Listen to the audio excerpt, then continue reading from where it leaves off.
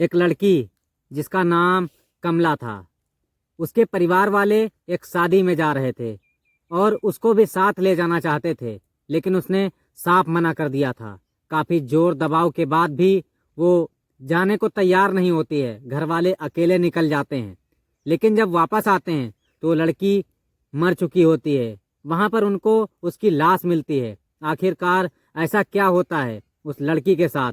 क्यों की गई थी उसकी हत्या? किसने किया था हैवानियत वाला काम? बने रहिए हमारे वीडियो के लास्ट तक। बहुत ही दुखद कहानी है, और यदि कहानी पसंद आए तो इस वीडियो को एक लाइक और चैनल को सब्सक्राइब जरूर कीजिएगा। मेरा नाम है आशीष और आप देख रहे हैं क्राइम मिस्ट्री 3.0। ये कहानी है उत्तर प्रदेश के एक कानपुर शहर के थाना सरसौल की।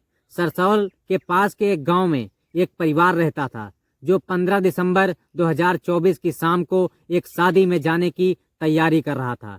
दरअसल 15 तारीख की रात को इस परिवार को नज़दीक के एक ही गांव की शादी में जाना था। घर के सभी लोग तैयार हो गए थे, लेकिन घर में एक 19 साल की जवान लड़की थी जो शादी में जाने से मना कर रही थी। घर वाले काफ़ी मजबूर करते हैं, उसको प्रेशर करते हैं उस पर जाने के लिए, तब भी वह शादी में जाने से मना कर देती है। तब परिवार के सारे सदस्य 15 तारीख को शादी में चले जाते हैं। घर में उनकी 19 साल की एक अकेली बेटी थी।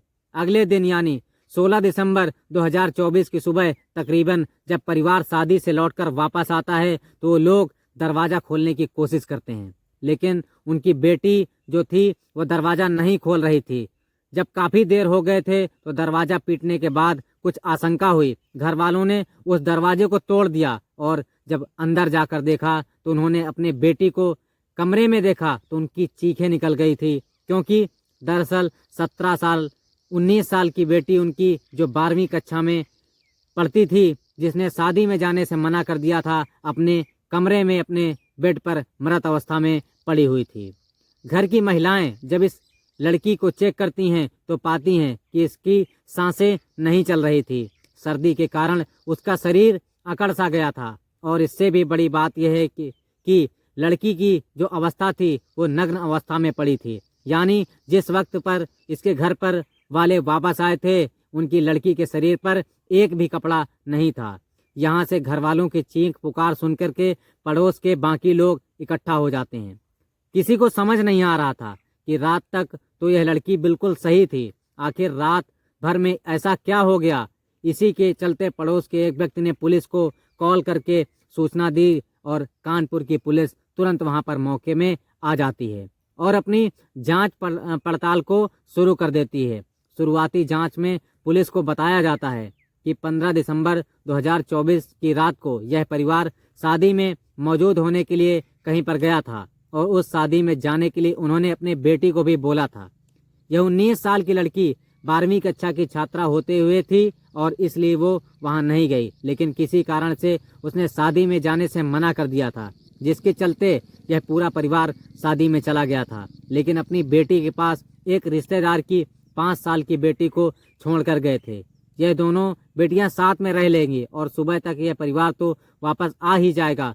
पुलिस को शुरुआती जांच में बस इतना ही बताया गया था। पुलिस ने अपनी तफ्तीश शुरू की तो पता चला कि यह लड़की पिछली रात 7 बजे तक बिल्कुल ठीक थी, और इस बात की सूचना उसके पास रुकी हुई उस 5 साल की रिश्तेदार की बेटी ने दी कि 7 बजे तक दीदी एकदम सही सलामत थी। उसके बाद क्या हुआ किसी को नहीं पता था, ना उस लड़की को, क्योंकि वह छोटी लड़की सो गई थी। पुलिस जांच शुरू कर देती है क्योंकि इस लड़की का जो शव है वह नग्न अवस्था में मिला था। इस लड़की के साथ कुछ गलत होने की जो आशंका है वह पुलिस को हो रही थी, और जिसके चलते पुलिस ने फॉरेंसिक टीम को वहां पर बुला लेती है। फॉरेंसिक टीम पूरे कमरे की जांच शुरू कर देती है। आसपास जो सबूत मिलते हैं उसे जुटाना शुरू कर देती है, और इसी बीच जो पुलिस है वो आस पास के लोगों से भी पूछताछ करती है। उनसे लड़की के बारे में पूछताछ की जाती है, उस परिवार के बारे में छानबीन की जाती है। तो ऐसी किसी भी बड़ी दुश्मनी के बारे में पुलिस को मालूम नहीं चलता है। लेकिन फॉरेंसिक टीम शुरुआती जांच में यह बताती है कि इस लड़की के साथ जोर जबरदस्ती करने के तो कोई निशान नहीं है। उसके शरीर पर कोई इंजरी मार्क भी नहीं था, तो इससे यह तो साफ जाहिर हो गया था कि इस लड़की के साथ कोई जबरदस्ती नहीं की गई थी। लेकिन फॉरेंसिक टीम को उस कमरे से कुछ सबूत मिले थे जो एक गलत कदम की तरफ इशारा कर रहे थे। और वह सबूत कुछ इस प्रकार थे। वहाँ पर शक्तिवर्धक गोलियों के कुछ पैकेट मिले थे, जिन गोलियों का इस्तेमाल काफ़ी लोग अपनी शरीर की ऊर्जा को बढ़ाने के लिए करते हैं, यानी कि अपनी वो शरीर की क्षमता को बढ़ाने के लिए करते हैं, सेक्सुअल पावर को बढ़ाने के लिए करते हैं। उस तरह की गोलियों के कुछ रैपर मिले। साथ ही वहाँ पर सेक्सुअल इंटीमेशन के दौरान जो सेफ्टी इस्तेमाल किया गया था उसके कुछ पैकेट भी वहाँ मौजूद थे। यहाँ से जो पुलिस का एंगल है वह पूरी तरह से बदल गया था और पुलिस समझ गई थी कि इस केस में जो आरोपी है वह हो ना हो इस लड़की का कोई जान पहचान वाला ही है, कोई इसका मित्र या दोस्त ही है। इसी के चलते जो पुलिस है वह बॉडी को पोस्टमार्टम के लिए भेज देती है और इस केस की छानबीन शुरू कर दी जाती है। अब इन्हीं सारे सबूतों के आधार पर और पोस्टमार्टम की जो रिपोर्ट होती है उसके आधार पर पुलिस को मालूम चलता है कि इस लड़की की जो मृत्यु हुई है उससे पहले इसने किसी के साथ शारीरिक संबंध बनाए थे।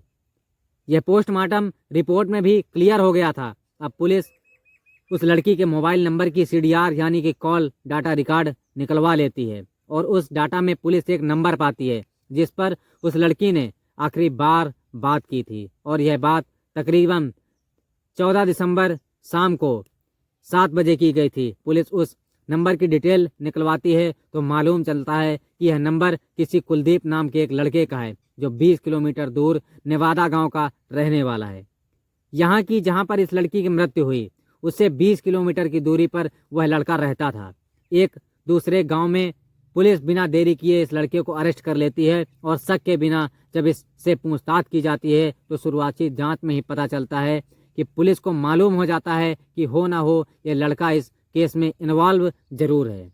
और पुलिस जब सख्ती से इस लड़के से पूछताछ करती है तो इस पूरे मामले का खुलासा हो जाता है। यह लड़का पुलिस को बता देता है कि इसका नाम कुलदीप है और कुलदीप नाम का यह लड़की सारी बातें पुलिस को बता देता है। पिछले 3-4 महीनों से यह दोनों दोस्त थे और प्यार में थे और इसी के चलते वह लड़की उसे बताती है कि 13 तारीख को घर में कोई नहीं रहेगा और तुम मुझसे मिलने आ सकते हो, जिसके चलते कुलदीप 20 किलोमीटर चलकर अपनी गर्लफ्रेंड से मिलने के लिए उसके घर पर पहुंच जाता है और शाम के तकरीबन 8 बज रहे थे। उसके घर में गया था। घर में 19 साल की वो लड़की थी जिसका नाम कमला था, अब जिसकी मृत्यु हो चुकी थी, और साथ में एक 5 साल की रिश्तेदार की बेटी जो पहले ही सो गई थी।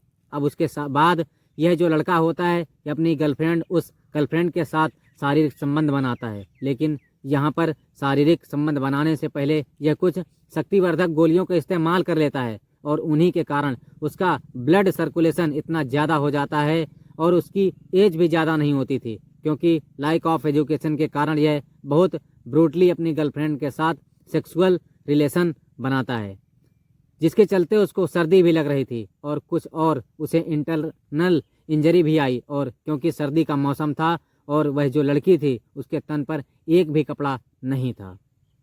उसके बॉयफ्रेंड ने बताया कि 8 बजे से लेकर सुबह 3 बजे तक उसने अपनी गर्लफ्रेंड को कोई भी एक कपड़ा पहनने को नहीं दिया था। यह सुनने में बहुत ही ज़्यादा अजीब लगता है, लेकिन यह सच्चाई है और इसी के कारण उस लड़की की सर्दी के कारण ही ब्रूटली के रिलेशन बनाने के कारण उसकी सुबह तकरीबन 3 बजे उस लड़की की मृत्यु हो गई थी। हालांकि इस लड़के ने चूल्हा जला करके उस लड़की को शरीर को गर्म करने की कोशिश भी की थी, लेकिन यह फेल हो गया और करीबन रात के 3-3:30 बजे आसपास इसे लगा कि स्थिति अब आउट ऑफ कंट्रोल हो चुकी है, तो यह लड़का वहां से भाग गया। अब यहाँ पर अगर देखा जाए तो वह 19 साल की लड़की यानी कि एक मैच्योर लड़की थी और जो लड़का कुलदीप था इसे अरेस्ट करके रेप के केस में आरोपित घोषित किया जाता है और उसे आगे की कार्यवाही अब जेल में गुजारनी पड़ेगी। और उसे जब अरेस्ट कर लिया जाता है तो अब आगे की ज़िंदगी जेल में गुजारनी होगी। दोस्तों, ये कहानी यहीं ख़त्म होती है। क्या आपने किसी से प्रेम किया है? क्या आप भी किसी के साथ ऐसा ही करते हैं? ऐसा करना क्या वास्तव में गलत है या सही? क्या